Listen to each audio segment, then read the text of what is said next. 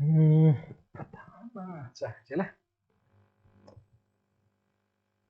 Hello दोस्तों, मेरे भी चौधरी स्वागत करता हूं आप सभी का आपके अपने परिवार पार्थ एकेडमी। और आप सभी मेरे साथ पढ़ रहे पीवाईक्यू सीरीज। और इसी पीवाईक्यू सीरीज में रेलवे के अंदर हम लोगों ने लेक्चर 6 को पढ़ लिया था और लेक्चर 7 में हम लोगों ने जो कंप्लीट क्लास यानी लेक्चर नंबर 1 से लगाकर तो लेक्चर नंबर 6 तक का कंप्लीट रिवीजन किया था। तो आप लोगों ने यदि क्लास नंबर 1 से क्लास नंबर 6 तक को नहीं पढ़ा है तो चैनल पे एक प्लेलिस्ट बना दी गई है, वहां पर जाकर आप सभी 6 की 6 क्लासों को इन पीवाईक्यू के सभी प्रश्नों को पढ़ सकते हैं। आज बारी एक लेक्चर नंबर 8 की, और जो आपके शिफ्ट का पेपर हुआ था 4/1/2021 में, जो सीबीटी 1 जो आपका रेलवे का हुआ था, और उसमें जो पहली शिफ्ट हुई थी उसी पहली शिफ्ट का कंप्लीट पेपर सॉल्यूशन हम लोग आज की क्लास में देखने वाले हैं। और यदि कोई साथी हमारे साथ पहली बार जुड़े हैं तो प्लीज चैनल को लाइक एंड सब्सक्राइब जरूर करिएगा। मैं बिगर किसी देरी से बढ़ूंगा आज की क्लास के पहले प्रश्न के साथ में।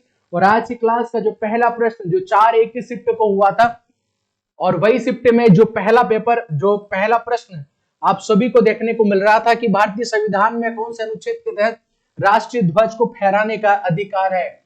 तो भारतीय राष्ट्रीय ध्वज को फहराने का अधिकार कौन से आर्टिकल में आप सभी को यहाँ पर जो दे के रखा है, आर्टिकल 18, 19, 20, 21 या 21A का पॉइंट आप सभी को यहाँ पर दे के रखा है। क्या रहेगा इस सवाल का राइट आंसर? मैं मान के चलता हूं कि आप सभी को याद होगा। हमारे सवाल का जो राइट आंसर रहेगा 19A के अंदर यह राइट्स हम लोगों को दे के रखा है। देखिएगा, जो से पहले आप सभी जानेंगे कि हमारे पास में सभी के पास में मूल अधिकार हम सभी को प्राप्त हैं। और जो आप सभी के मूल अधिकार जो हम लोगों को दे के रखे हैं, जो आप सभी जानेंगे कि आर्टिकल यहां से 12 से लगाकर तो आर्टिकल क्रमांक 35 तक हम लोगों को दे के रखे हैं। जब हम बात करेंगे कि मूल अधिकार का प्रावधान हम लोगों ने किस देश से लिया, तो आप बताएंगे कि हम लोगों ने यूएसए से यानी संयुक्त राष्ट्र अमेरिका से हम लोगों ने यहाँ पर यह प्रावधान लिया है।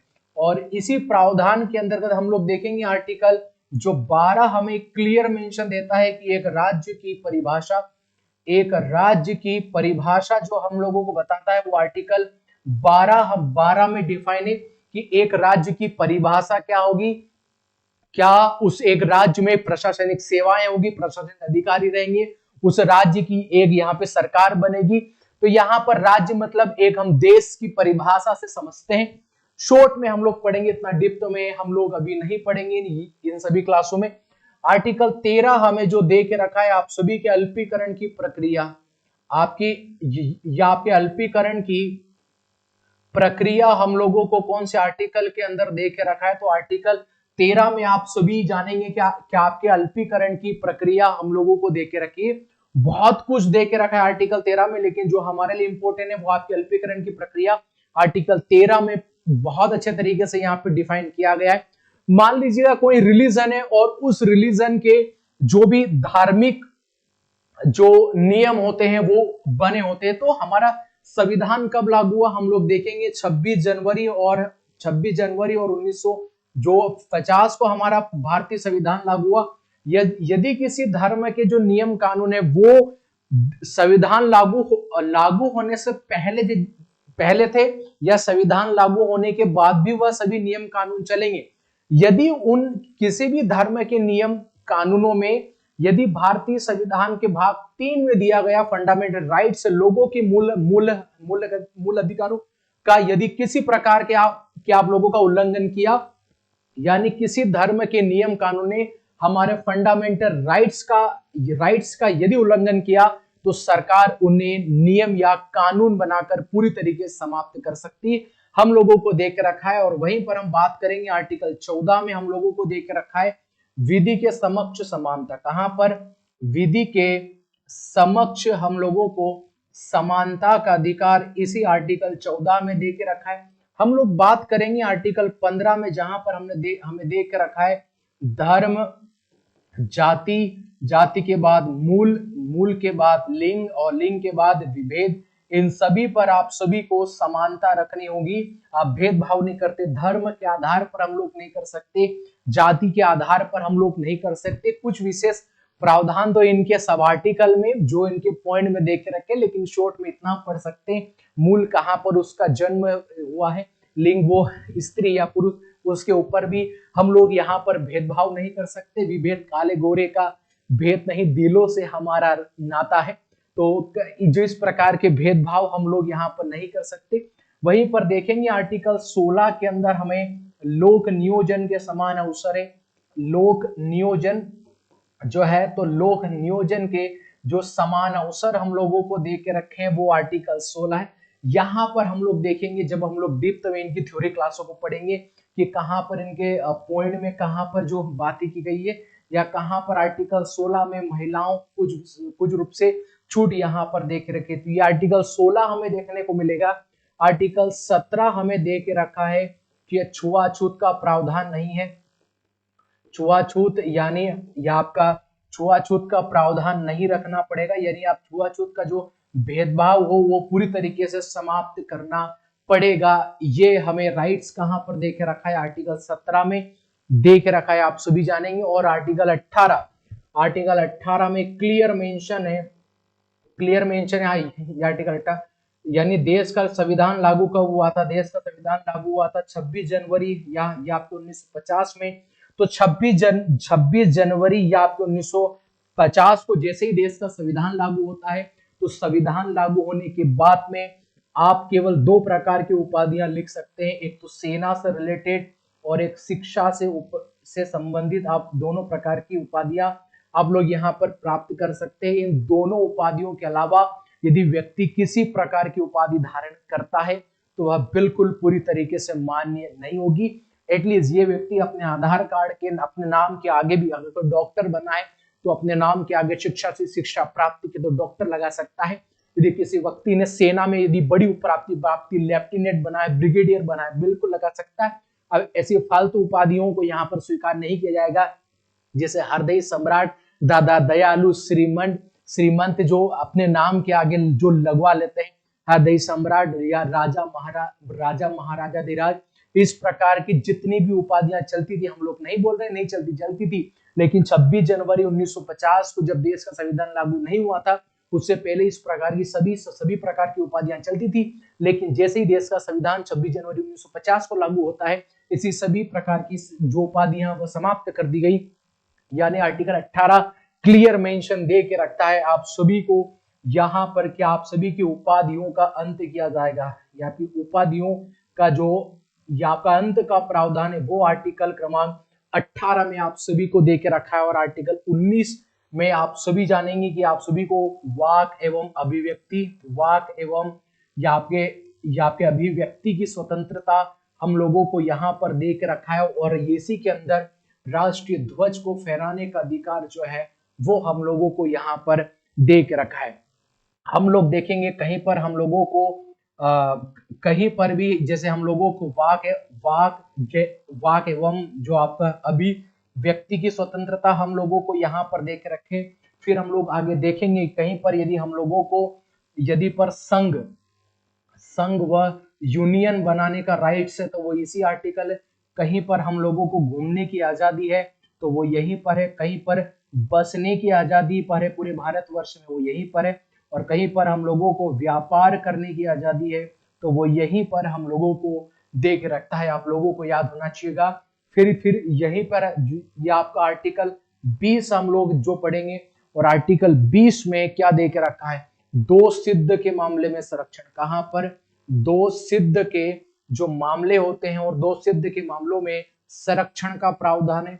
या आपके आर्टिकल 21 में हम लोग देखेंगे प्राण एवं दैहिक स्वतंत्रता का जो राइट्स है वो प्राण एवं दैहिक स्वतंत्रता का राइट्स आप सभी को यहां पर दे के रखता है। ये आप सभी को याद होना चाहिएगा।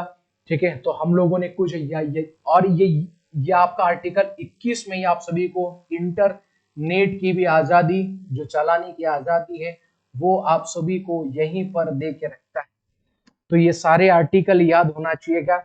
इसका जो 15 जो है, ये आर्टिकल जो 15 हम लोग पढ़ रहे हैं, तो आर्टिकल 15 का पॉइंट नंबर 2 यही जो आर्टिकल का 15 का जो पॉइंट 2 है, ये मैंने पहले ही बताया था। रेस्तरा व सड़क पर कहीं पर बसने की आजादी, यानी कहीं पर हम रुक सकते हैं कि ठीक है, कोई यदि किसी प्रकार की होटल है हमारे बस स्टैंड पे या हमारे रेलवे स्टेशन पे, तो चाहे 2 स्टार से लगाकर चाहे वो 5 स्टार होटल हो, चाहे वो 10 स्टार होटल हो, उन सभी की होटलों का पानी जो हम लोग पी सकते हैं उसके लिए कोई हमें मनाही नहीं कर सकता। यदि कोई मनाही करता है तो फिर आप आर्टिकल 32 का प्रयोग करना, सुप्रीम कोर्ट चले जाना, और आर्टिकल 226 का प्रयोग करना और आप हाई कोर्ट चले। यानी मैं आप लोगों से ये बोलना चाह रहा हूं, यदि कोई व्यक्ति हमारे फंडामेंटल राइट्स का उल्लंघन यदि किया जाएगा, मूल अधिकारों का यदि उल्लंघन किया जाएगा, तो हम लोग आर्टिकल 32 के तहत सुप्रीम कोर्ट जा सकते हैं, और आर्टिकल 226 के तहत हम लोग कहां पे जा सकते हैं, तो हम लोग किसी हाई कोर्ट के अंदर यहां पर जा सकते हैं, विशेष राइट से हमें। ठीक है, मैं मान के चलता हूं सभी को समझ में आया होगा। आर्टिकल 19 जो ए है, यही हमारे सवाल का बिल्कुल राइट आंसर यहां पर देखने को मिलेगा। चलिएगा बढ़ेंगे आगे, और आगे सवाल नंबर 2 हमें देख रखा है, और सवाल नंबर 2 ये 4/1 और 2021 से शिफ्ट हुआ था आप सभी का, उसी का कंप्लीट पेपर मैं सॉल्यूशन आप सभी को दे रहा हूं। इसी के साथ सब्सक्राइब नहीं किया चैनल कर लो, और लाइक तो आप सभी करेंगे, मैं मान के चलूं, नहीं किया हो तो कर लेना। Question number 2, what is the full form of URL? URL का पूर्ण क्या? Uniform resource locator. Option number B की तरफ बढ़ेंगे, यही हमारे सवाल का बिल्कुल राइट आंसर यहां पर देखने को मिलेगा। मैं आशा करता हूं कि आप सभी को समझ में आ रहा होगा, और समझ में आ रहा होगा तो तनिक सा शेयर भी कर देना इस क्लास को। चलिएगा क्वेश्चन नंबर 3 की तरफ बढ़ेंगे, और क्वेश्चन नंबर 3 हम लोग देखेंगे। मैंने पहले भी कहा था कि रेलवे में पीवाईक्यू इंपॉर्टेंट क्यों है, मैं फिर आप सभी को बोल रहा हूं, अच्छे से थ्योरी पढ़ो। 50% या 65% यदि आप लोगों ने थ्योरी कंप्लीट कर लिया है, तो थ्योरी के बाद आप मॉक टेस्ट पे आ जाओ। किसी भी प्लेटफॉर्म पर आप मॉक टेस्ट लगा सकते हैं, लेकिन बेहतर और क्वालिटी कंटेंट चाहिए तो पार्थ एकेडमी के चैनल पर आना पड़ेगा, और हमसे तो पढ़ना पड़ेगा। मैं ये बताना चाह रहा हूं आप सभी को कि पीवाईक्यू क्यों जरूरी है। पीवाईक्यू पे कोई बोल रहा है पीवाईक्यू लगाने से कुछ नहीं होगा, मैं बता रहा हूं ना भाई, पीवाईक्यू क्वेश्चन क्यों जरूरी है। ये क्वेश्चन है ना, ये क्वेश्चन अभी मैंने 7 पेपर का सॉल्यूशन दिया है, 3 बार आ चुका है यही सेम क्वेश्चन, और पहली शिफ्ट का जो पेपर हुआ था ना भाई, उसी शिफ्ट से क्वेश्चन मतलब पेपर नंबर जो 1 से लगाकर तो पेपर नंबर 10 तक है ना, उसी से मिलता जुलता पूरा पेपर आया था। मैंने बताया था यूएनओ के जो परमानेंट मेंबर, तो आगे आप लोगों को पूरा यूएनओ से भाई 10 सवाल देखने को मिले, 10 पेपर तो यूएनओ से ही भरा है। यदि कोई संगठन है तो पूरा संगठन ही पूछ रहा है। यही वाला जो एक फेस्टिवल है, फेस्टिवल है, ये सवाल तो यही सवाल दे रहा है। मैं ये कहना चाह रहा हूं कि पीवाईक्यू बहुत जरूरी है भाई। पीवाईक्यू आपने सोल्व कर लिया ना भाई, सीबीटी 1 के, रेलवे के और सीबीटी 2 के, मैं दावे के साथ बोलता हूं आप सभी का सिलेक्शन होने से कोई नहीं रोक सकता। यही क्लास पढ़ के चले जाना, 30 से 32 नंबर तो वैसे ही आ जाएंगे, मैं गारंटी दे रहा हूं ना भाई। अगर नहीं आए तो हमें बोल देना, मोबाइल नंबर हमारे लिख देंगे जाते जाते, आप केवल ये बोलना कि सर मोबाइल नंबर दे दो, और उस पे आप हमें फोन लगा देना अगर पेपर यहां से नहीं आए तो। मैं फिर बोल रहा हूं कि भाई पढ़ो, पीवाईक्यू क्वेश्चन बहुत जरूरी है आप सभी के लिए। ठीक है, क्वेश्चन नंबर 3 जो हमें दे के रखा है, मानव शरीर में पित्त रस कहां पर बनता है? आप सभी जानते हैं यकृत में पित्त रस बनता है, no doubt. Option number C हम लोगों ने देखा होगा। सवाल नंबर 4 पर चलेंगे, क्योंकि उसमें बहुत ज्यादा हम लोग देख चुके हैं पहले सवाल में। कंप्यूटर में डाटा को किस रूप में संग्रहित किया जाता है? डाटा को हम लोग देखते हैं कि द्विजाप आधारित जो एक प्रक्रिया होती है, एक तो पहली प्रक्रिया ये हो सकती है, दूसरी प्रक्रिया हम जो देखते हैं कि आप सभी के ऑक्टल नंबर में इसको प्राप्त किया। तीसरा आप लोगों का डिमेंशियल जो एक पद्धति होती, इन 3 रूपों में हम लोग डाटा को संग्रहित कर सकते हैं। इसमें से हम लोग जो जाप की पढ़ते हैं, द्वि आधारित पद्धति को हम लोग पढ़ते हैं, जिसमें हमारा संपूर्ण डाटा पहले वाली प्रक्रिया में संग्रहित होता है, हम लोग इसे बोलते हैं, जिसे हम लोग यहाँ पर आपके बाइनरी नंबर बोलते हैं। क्या बोलते हैं? Binary number. कंप्यूटर में कितना ही प्रकार का डाटा डाले, कंप्यूटर को यदि कोई लैंग्वेज समझ में आएगा, यदि उसे समझ में आएगा तो उसे बाइनरी नंबर समझ में आएगा। और बाइनरी जो ये आपके बाइनरी नंबर होते हैं वो केवल 2 होते हैं। कौन कौन से 2 होते हैं? तो एक तो जो आप सभी का 1 होता है, और एक क्या होता है? 0 होता है। अब आप ये मान के चलिएगा ये वर्क के जो कैसे करता है, मान लीजिएगा ये ग्राफ है, यदि इसका ग्राफ, ये ग्राफ यहां पर गया तो हम लोग मान लेंगे 1, ये ग्राफ नीचे आता तो इसको 0 इंडिकेट करता है, ये ग्राफ आपका ऊपर गया तो ये 1 और 1 को डिफाइन करेगा, ये नीचे जाएगा तो फिर आपका 0 और 0 को डिफाइन करेगा। यानी कंप्यूटर को यदि हमें ऑन करना है तो ये 1 काम करेगा और यदि ऑफ करना है तो 0 काम करेगा। आप सभी इस बात को जानेंगे, ठीक है। ये बाइनरी नंबर होते हैं, बाइनरी नंबर से आपके ऑक्टल नंबर कैसे निकाले जाते हैं जब कंप्यूटर पढ़ेंगे थ्योरी क्लास में, तब हम आप लोगों को पढ़ा पाएंगे। और यदि आप लोगों ने किसी से पढ़ा होगा तो फिर आपके एमसीक्यू क्लास में आगे आप लोगों को देखने को मिलेंगे। तो ऑप्शन नंबर ए जो बाइनरी होगा यही हमारे सवाल का बिल्कुल राइट आंसर यहां पर देखने को मिलेगा। चलिए सवाल नंबर 5 की तरफ बढ़ेंगे और सवाल नंबर 5 बेहद सरल प्रश्न था आप सबके लिए। यदि आप में से कोई परीक्षा में बैठेगा ये पेपर दे रहा होगा तो उसके लिए सिंपल नहीं। क्वेश्चन नंबर 5 है, भारतीय संविधान में पहला संशोधन किया था। बिल्कुल पहला संविधान संशोधन तो किया था ना हमने, पहला संविधान संशोधन बिल्कुल हम लोगों ने किया था और 1951 में किया था। और 1951 में हम लोगों ने क्या देखा था, हम लोगों ने 9वीं अनुसूची को जोड़ा था। कौन सी अनुसूची? 9वीं अनुसूची को हम लोगों ने जोड़ा था, आप सभी जानेंगे। और 9वीं अनुसूची में क्या दे के रखा है आप लोगों का? भूमि सुधार। क्या दे के रखा था? भूमि सुधार हम लोगों को दे के रखा था और यही हम लोगों ने इसमें जोड़ा था। हम लोगों ने बिल्कुल 1985 में हम लोगों ने, जब आप लोगों का 52वां संविधान संशोधन 1985 देखा था, तो यहीं पर हम लोगों ने क्या देखा था? हम लोगों ने दल बदल कानून का प्रावधान देखा था। दल बदल जो कानून है इसका प्रावधान हम लोगों ने देखा था। मान के चलिएगा भारतीय या वर्तमान सरकार में यदि किसी विधायक या सांसद के द्वारा यदि किसी प्रकार की पार्टी में परिवर्तन किया जाता है, वो जिस पार्टी से उसको टिकट दिया जाएगा, यदि उससे वो चुनाव नहीं लड़ेगा, लड़ लिया और फिर जीत भी गया, लेकिन 2-4-5 महीने बाद उसने पार्टी को चेंज कर लिया, तो मान लेंगे उस व्यक्ति के ऊपर दल बदल कानून लगाया जाएगा। लेकिन हम लोग देखेंगे कि 52 ये जो आपको संविधान संशोधन 1985 है, इसके तहत 3 अपवाद माने जा सकते हैं। 3 इसके अपवाद माने जा सकते हैं। यदि ये 3 व्यक्ति है, इनके खिलाफ आपका दल बदल कानून जो रूल है वो लागू नहीं होता। पहला कौन सा? यदि कोई पार्टी अध्यक्ष के द्वारा व्यक्ति निकाला गया, पार्टी अध्यक्ष के द्वारा यदि कोई व्यक्ति निकाला गया है, सांसद वो विधायक है, तो उस पर दल बदल कानून लागू नहीं होगा। दूसरा व्यक्ति कोई भी सदन का नेता, सदन का जो नेता होता है, तो सदन के नेता के ऊपर, जो सदन का नेता नहीं, सदन का वो व्यक्ति अध्यक्ष होना चाहिए, चाहे वो लोकसभा अध्यक्ष होगा, राज्यसभा अध्यक्ष होगा, विधान परिषद का अध्यक्ष होगा या विधानसभा का अध्यक्ष होगा, इन पर किसी प्रकार का दल बदल कानून लागू नहीं होता है। और यह पार्टी के टोटल मेंबर का, टोटल जो सीट है, टोटल सीट उसके द्वारा जितनी जीती गई सीट थी, उनका यदि 2/3 यदि वह व्यक्ति क्या करेगा, यदि वह व्यक्ति यहां पर इतने एक साथ यदि उसकी पार्टी को छोड़ दे, तो इन पर भी दल बदल कानून लागू यहां पर नहीं होगा। तो ये आप लोगों को यहां पर याद होना चाहिए था। एक तो आप लोगों का 1951 में पहली अनुसूची हम लोगों ने जोड़ी थी, 9वीं, आप लोगों को याद होना चाहिए। 1985 में फिर हम लोगों ने यहां पर किया था 52वां संविधान संशोधन, जिसमें हम लोगों ने दल बदल कानून के प्रावधान को हम लोग लेकर आए थे।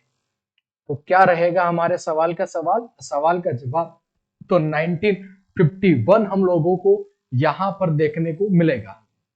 चलिएगा इसी के बाद बढ़ेंगे नेक्स्ट प्रश्न पर। और जो नेक्स्ट प्रश्न हमें देखने को मिलेगा, नवकलेवर, जो नवकलेवर फेस्टिवल है, ये किस भारतीय राज्य से संबंधित है?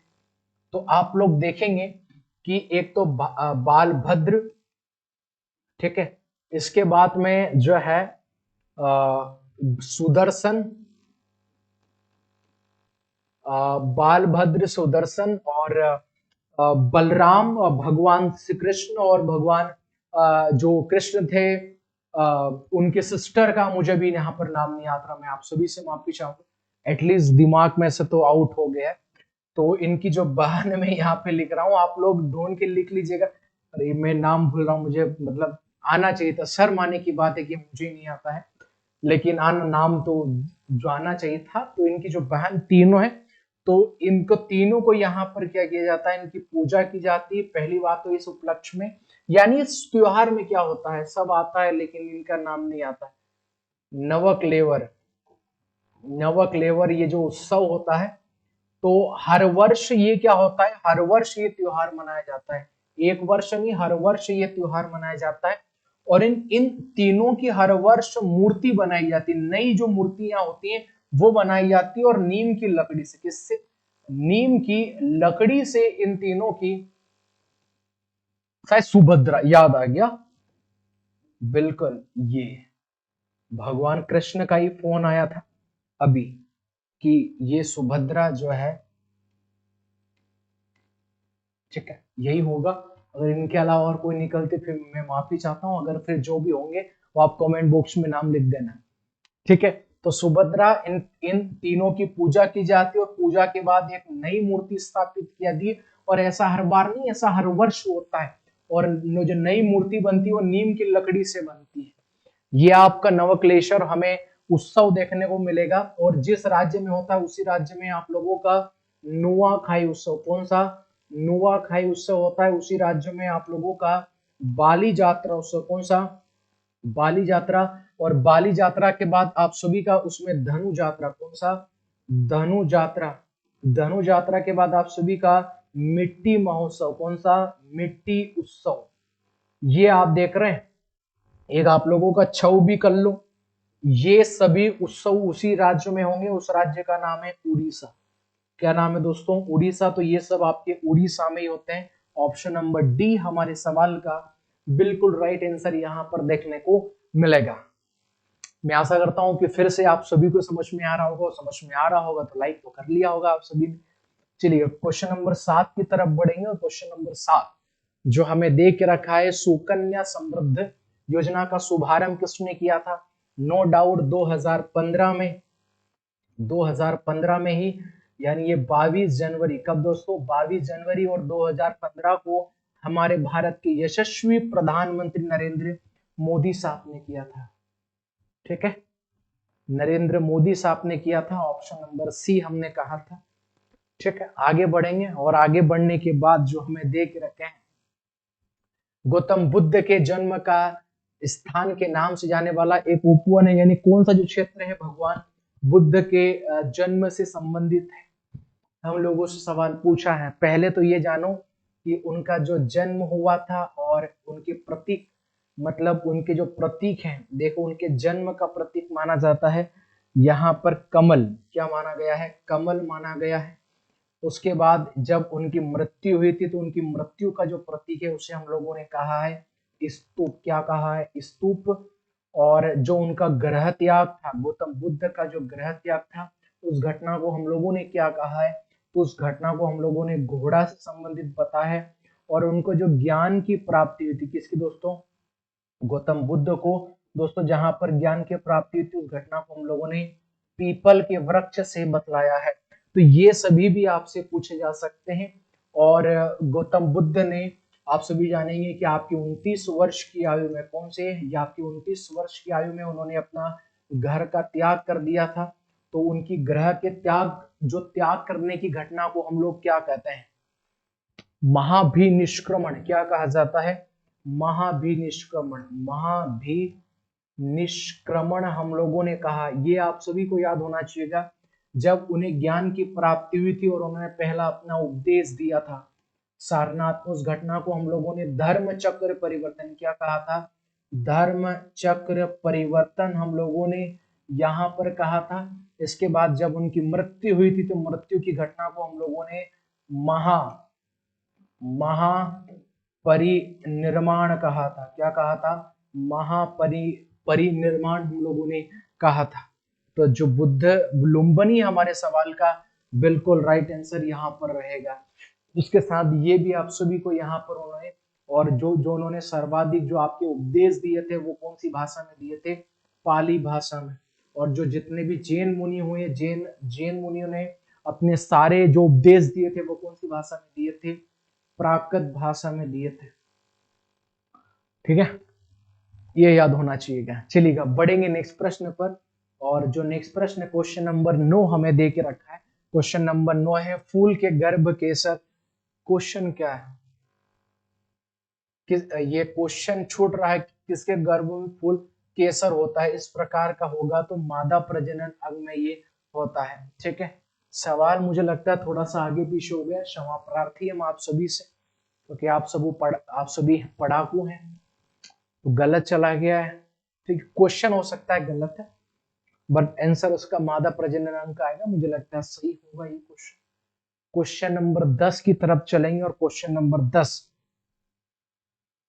है कि प्रोग्रामिंग लैंग्वेज जावा, जावा का को किसने डिस्कवर किया था। एक लिप्स आप सभी को याद होना चाहिएगा, एक लोगो, एक आपकी कोडिंग भाषा है, एक आपकी बेसिक, एक आपकी कोडिंग लैंग्वेज है, ये सभी कोडिंग लैंग्वेज आना चाहिए। जावा को किसने डिस्कवर किया था, जावा को किसने डिस्कवर किया था कि ये जेम्स गोसलिंग, कौन ने किया था, यहाँ पर जेम्स गोसलिंग, कौन दोस्तों, जेम्स गोसलिंग ने इसको डिस्कवर किया था। लिप्स को मेकार्थी, किसने, मेकार्थी ने डिस्कवर किया था। इसके बाद में बेसिक को किसने किया था, तो चार्ल्स सिमोनी, कौन ने किया था, सिमोनी ने इसको डिस्कवर किया था।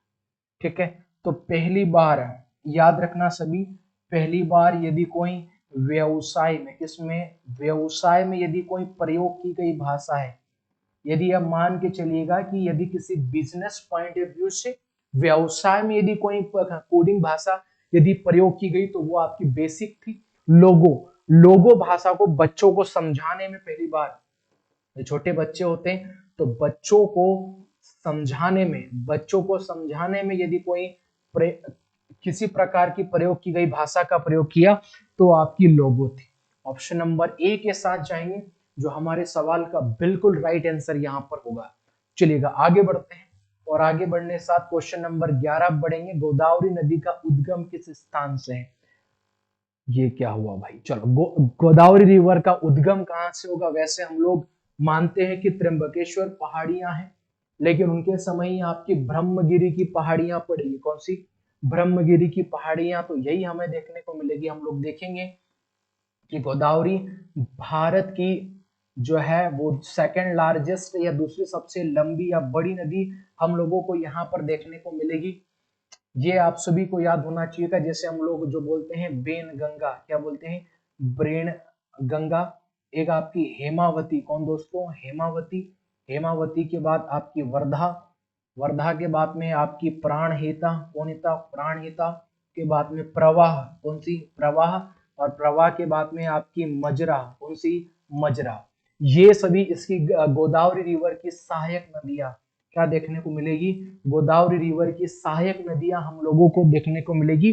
और सवाल पूछ लेगा गोदावरी रिवर की सबसे बड़ी सहायक कौन सी देखने को मिलेगी, तो मजरा नदी सबसे बड़ी सहायक, सबसे बड़ी और सबसे लंबी सहायक हम लोगों को यहाँ पर देखने को मिलेगी। ठीक है, यमुनोत्री ग्लेशियर से आप सभी जानेंगे यमुना रिवर निकलेगी, और यमुना सबसे बड़ी जो सबसे लंबी सहायक है वो गंगा रिवर की यहाँ पर मानी जाती है। तो ऑप्शन नंबर ए की तरफ जाएंगे, जो हमारे सवाल का बिल्कुल राइट आंसर यहाँ पर देगा। चलिएगा बढ़ेंगे नेक्स्ट प्रश्न पर, और क्वेश्चन नंबर 12 हमें दे के रखा है हेपेटाइटिस ए किससे कारण होता है। ठीक है, चलिए एक सवाल का जवाब आप दीजिएगा। क्वेश्चन नंबर 12 मैं आप सभी से चाहूंगा कि आप सभी इस सवाल का जवाब दे। हमें बेहद सरल प्रश्न है, विषाणु से, विषाणु के बाद जीवाणु, मच्छर के काटने से या प्रोटोजुआ से। ठीक है, तो एक ऑप्शन तो आप हटा ही सकते हैं, मच्छर के काटने से ही है। बचे आपके पास 3 ऑप्शन, एक सवाल का कमेंट का जवाब आप सभी को यहाँ पर करना है। क्वेश्चन नंबर क्या था, 12 भी यही था और फिर 12 यही है, 13 क्या हो जाएगा, अच्छा 13 है तो ये हम लोग मान लेंगे 12। ठीक है, गांधी सागर बांध किस राज्य में स्थित है, मध्य प्रदेश में, महाराष्ट्र, या फिर हमारे हिमाचल प्रदेश में, या राजस्थान में। हम देखेंगे गांधी सागर बांध है वो हमारे प्यारे मध्य प्रदेश में। हम लोग देखेंगे कि हमारे मध्य प्रदेश में, हमारे मध्य प्रदेश की सबसे दूसरी सबसे लंबी यानी सेकंड हम लोग देखेंगे इस सेकेंड एक लॉन्गेस्ट रिवर हम लोगों को देखने को मिलेगी। दूसरी सबसे लंबी नदी हमें देखने को मिलती है जिसका नाम है चंबल। क्या नाम है दोस्तों? चंबल हमें देखने को मिलेगी। और जो चंबल रिवर देखने को मिलेगी, चंबल रिवर का ओरिजिन पॉइंट कहां से होगा? चंबल रिवर का ओरिजिन पॉइंट तो जाना पाओ पहाड़ी। कौन सी पहाड़ी? जाना पाओ पहाड़ी से हमें इसका ओरिजिन पॉइंट हम लोगों को यहाँ पर देखने को मिलेगा। कौन सी रिवर के अंदर जाकर मिलेगी? ये तो यमुना रिवर के अंदर जाकर मिल जाती। हमारे मध्य प्रदेश में सबसे बड़े जो बीहड़ का निर्माण करती है, मृदा अपरदन का काम करती है, वो चंबल रिवर ही जो देखने को मिलेगी। अब क्या होगा?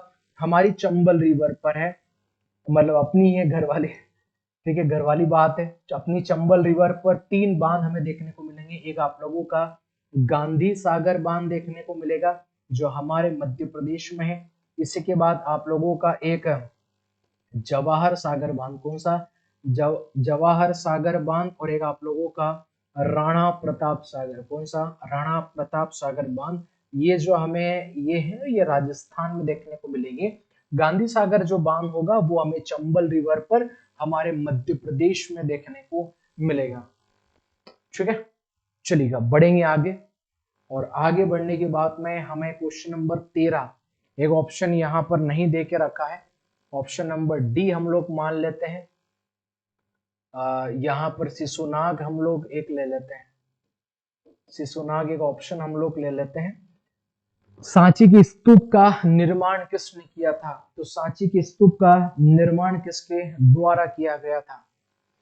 चंद्रगुप्त, बिंदुसार, चाणक्य या फिर शिशुनाग हम लोग माने।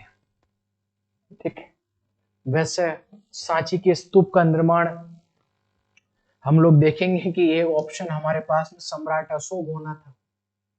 सम्राट अशोक ने सांची के स्तूप का निर्माण किया था। इसी के साथ भारत का सबसे बड़ा स्तूप है ये। भारत का जो सबसे बड़ा स्तूप होगा, सबसे बड़ा जो आपका स्तूप हम लोगों को देखने को मिलेगा वो यही है। इसी के साथ मैं कह सकता हूं कि इसमें एक जो तोरण का द्वार देखने को मिला, कौन सा? तोरण का द्वार। तो इसके जो तोरण का द्वार है, जो उसका निर्माण पुष्यभीति सुंग, उसका निर्माण पुष्यभीति सुंग ने यहाँ पर किया था। ठीक है, ये है, आप सभी को याद होना चाहिएगा ऑप्शन नंबर जो हमें यहाँ पर देखने को मिलेगा। ठीक है, चलिएगा आगे बढ़ेंगे। तो सम्राट अशोक यहाँ पर होना था। कहाँ पर स्थित है ये सांची का स्तूप? हमारे मध्य प्रदेश में है और 1989 में इसे यूनेस्को की विश्व धरोहर की सूची में शामिल कर लिया। तो सम्राट जो सम्राट अशोक, हमारे सवाल का राइट आंसर देखने को मिलेगा। इसी के साथ बढ़ूंगा सवाल नंबर 14 की ओर। भारत में पहला नाभिकीय विद्युत संयंत्र, काफी बार हम लोग ये पढ़ चुके हैं। ठीक है, कितनी बार हम लोग ये यहाँ पर पढ़ चुके हैं? ठीक है, बट फिर भी आ गया, भारत में पहला नाभिकीय विद्युत संयंत्र कहां पर स्थित है? तो देखो, जिसमें हमें तारापुर देखने को मिला था, सबसे पहले यही बनाया गया था। इसमें जो कल्पक्कम है, जो मैं आपको हर बार पढ़ाता हूं, जो कि हमारे तमिलनाडु में है। कौन सा है? जो हमारे तमिलनाडु में, यह पुण्यतः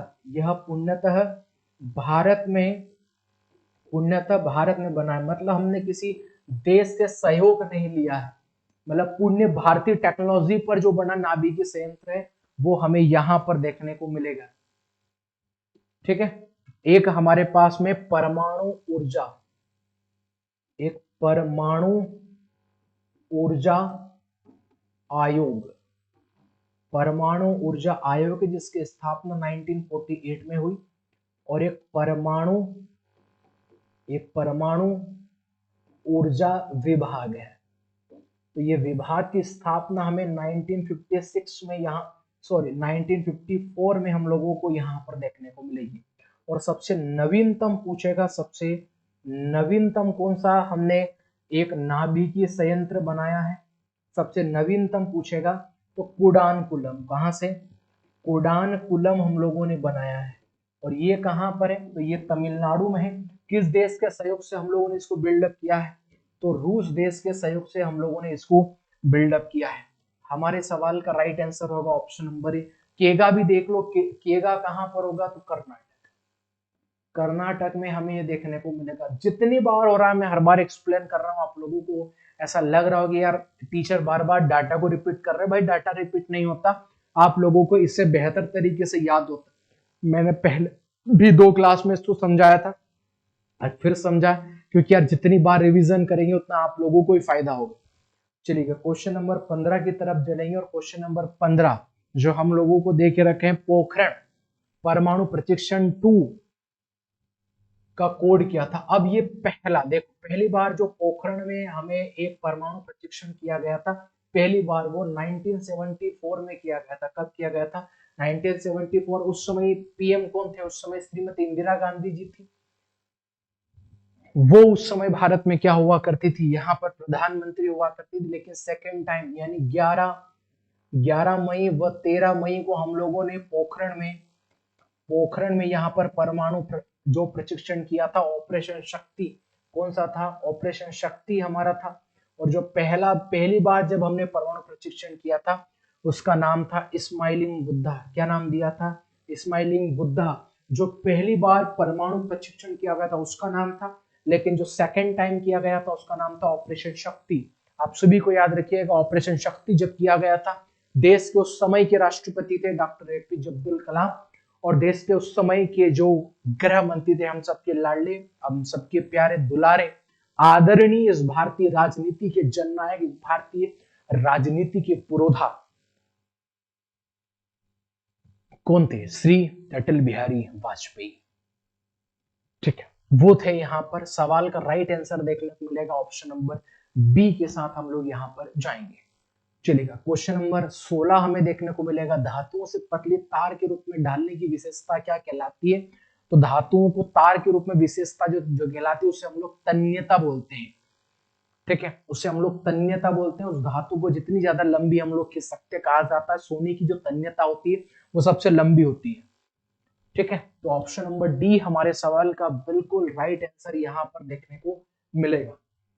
चलिए क्वेश्चन नंबर नेक्स्ट क्वेश्चन की तरफ चढ़ेंगे, और अकबर का सम्राट बना था। अब ये देखो, ये आता और ये पीवाईक्यू, ये भाई मैंने पहले भी पढ़ाया, मैंने क्लास पढ़ाया है हिस्ट्री मैराथन जो करके।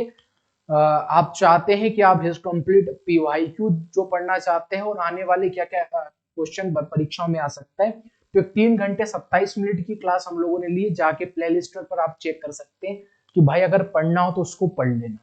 ठीक है, सब उसमें मिलेगा। ये तो ये अकबर कब सम्राट बना था या बने थे? ये 1526 में बने थे।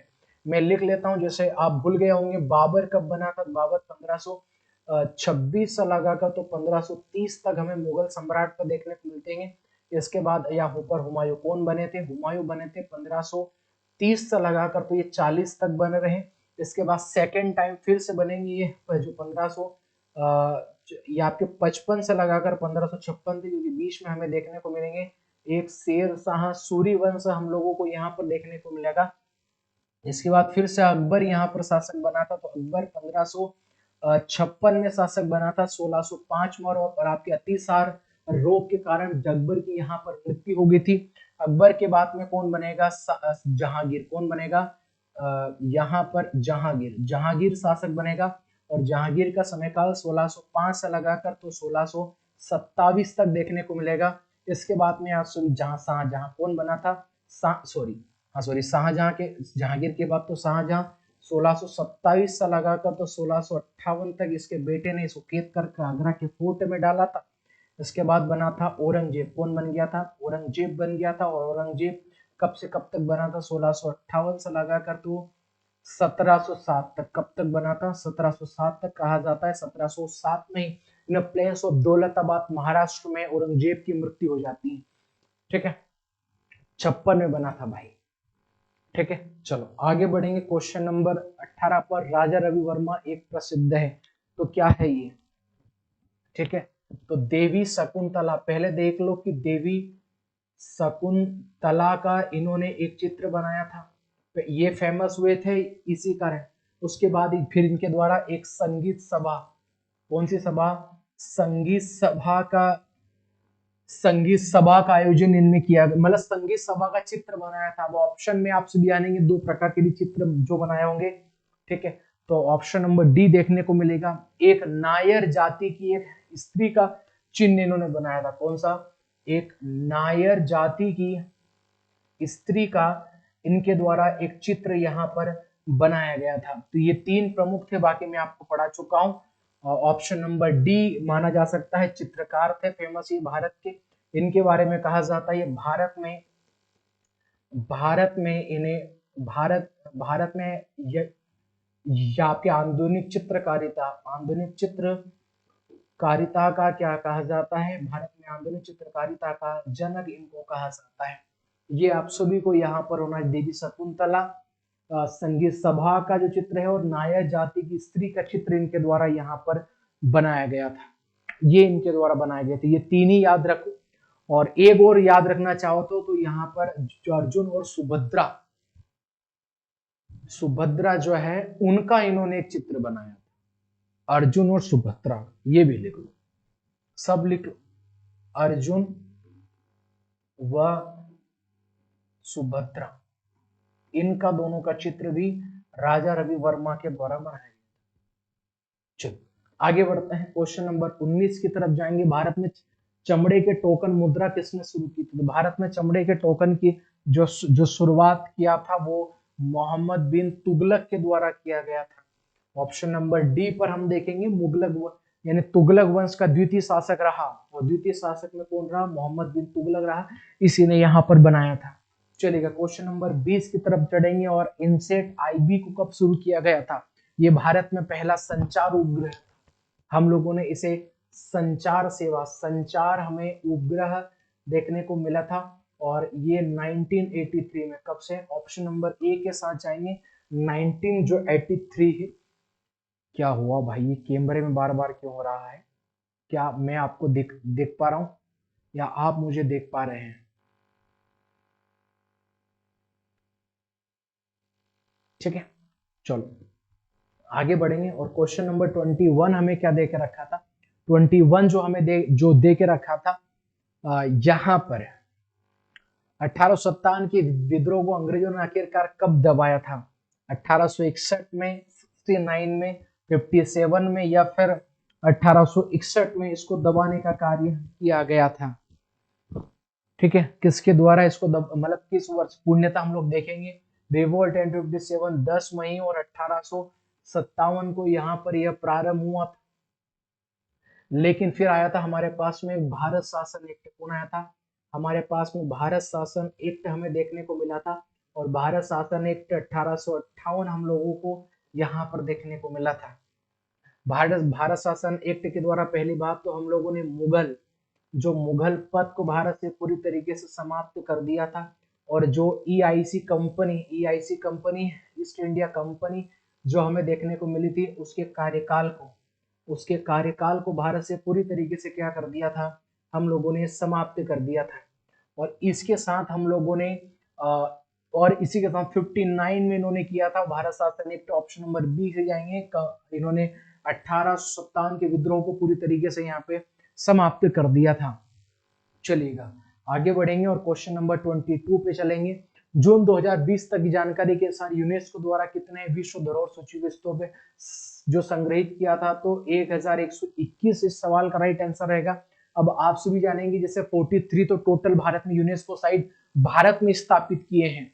भारत को मतलब 23 साइट से तो वो यूनेस्को की धरोहर में भारत की। तो अब आप सभी को कमेंट बॉक्स में लिखना कि टोटल विश्व लेवल पर कितनी यूनेस्को की साइट हो चुकी है।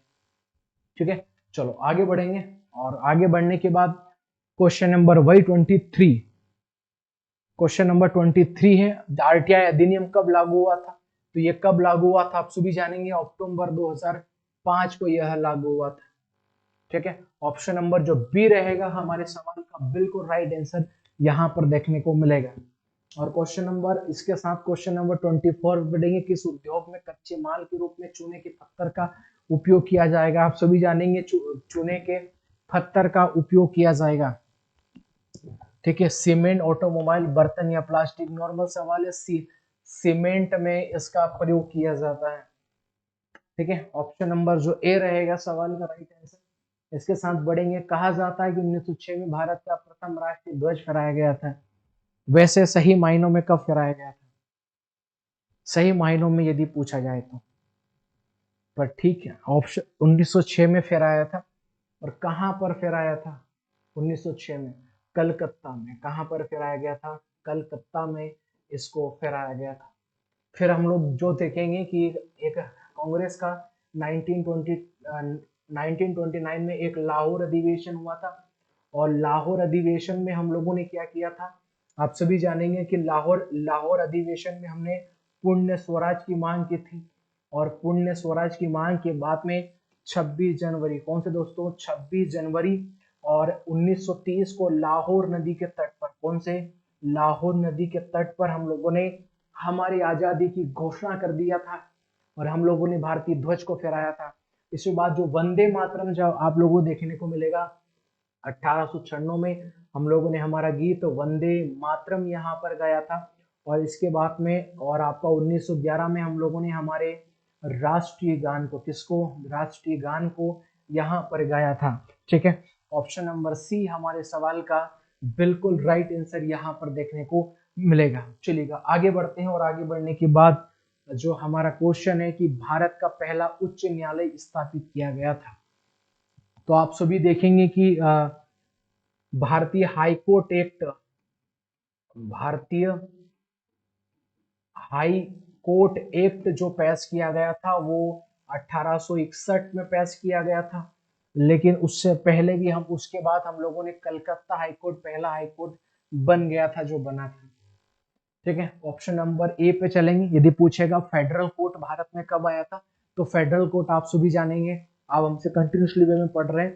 तो 1937 में फेडरल कोर्ट आया था, जो कि भारत शासन एक्ट 1935 के तहत भारत में हमें देखने को मिला था। चलिएगा इसी के साथ बढ़ेंगे नेक्स्ट क्वेश्चन पे। और क्वेश्चन नंबर 26 है, हिंदुस्तान रिपब्लिक एसोसिएशन का गठन कब किया गया था? बहुत बढ़िया, 1924 में किया गया था। ठीक है, चलो क्वेश्चन नंबर 28 पर जाएंगे। और क्वेश्चन नंबर 28 हमें क्या देखने को मिलेगा, प्रथम पंचवर्षीय योजना का मुख्य था, तो ये सभी जानेंगे कृषि, किसको भाग दिया था, कृषि में हम लोगों ने बढ़ावा दिया था। दूसरी पंचवर्षीय जो योजनाएं थी उसमें हम लोगों ने यहाँ आपके औद्योगिक क्षेत्रों को बढ़ावा दिया था। तीसरी जो 5 ईयर प्लान था जो इसमें आया था, हम लोगों ने संयुक्त रूप से दोनों को जोड़ दिया था, जो इसी के अंतर्गत आप सभी जानेंगे। इसके बाद में समावेशी विकास की हम लोगों ने बात कही थी। चौथी के अंदर हम लोगों ने कहा था कि संयुक्त रूप से हमारा विकास हो। पांचवी के अंदर हम लोगों ने गरीबी का आह्वान किया था, गरीबी को मिटाना है हमें। ठीक है, तो 5 ईयर प्लान में, एक मिनट, ज्यादा तो टाइम नहीं हो गया है, 47 हो गए भाई, 47 मिनट की क्लास हम लोग पढ़ चुके हैं। ठीक है, ऑप्शन नंबर ए जो हमारे सवाल का राइट आंसर है। क्वेश्चन नंबर 29 क्या देखने को मिलेगा, प्रसिद्ध उपन्यास हिंदी उमस के लेखक किसने लिखा? तो प्रसिद्ध उपन्यास आप सभी जानेंगे उमस को किसने लिखा था, तो भीष्म साहनी ने लिखा था। कौन ने लिखा था? भीष्म साहनी ने जो लिखा था। ये 5 ईयर प्लान था, समय ज्यादा हो रहा है लेकिन मैंने 5 ईयर प्लान आप लोगों को पहले पढ़ाया था। जो नेक्स्ट क्लास होगी उसमें हम लोग 5 ईयर प्लान को देख लेंगे। इसके बाद में मानव शरीर की पीएच रेंज कितनी होती है, तो मानव शरीर की पीएच रेंज हमें कितनी देखने को मिलती है, तो आप सभी जानेंगे 7.35 से लगाकर 7.45 तक हम लोगों को यहाँ तक देखने को मिलती है। ठीक है, मानव शरीर की पीएच रेंज स्केल, सारेंसन ने पीएच स्केल बनाया था। ठीक है, ये भी हम लोगों को पता है।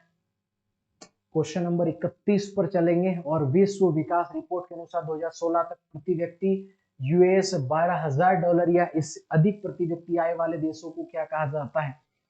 पहली बात तो ये देखो कि ये विश्व विकास रिपोर्ट किसके द्वारा जारी की जाती है, तो विश्व विकास रिपोर्ट है ये विश्व बैंक के द्वारा, किसके द्वारा, विश्व बैंक के द्वारा इसको जारी किया जाता है, विश्व बैंक के द्वारा।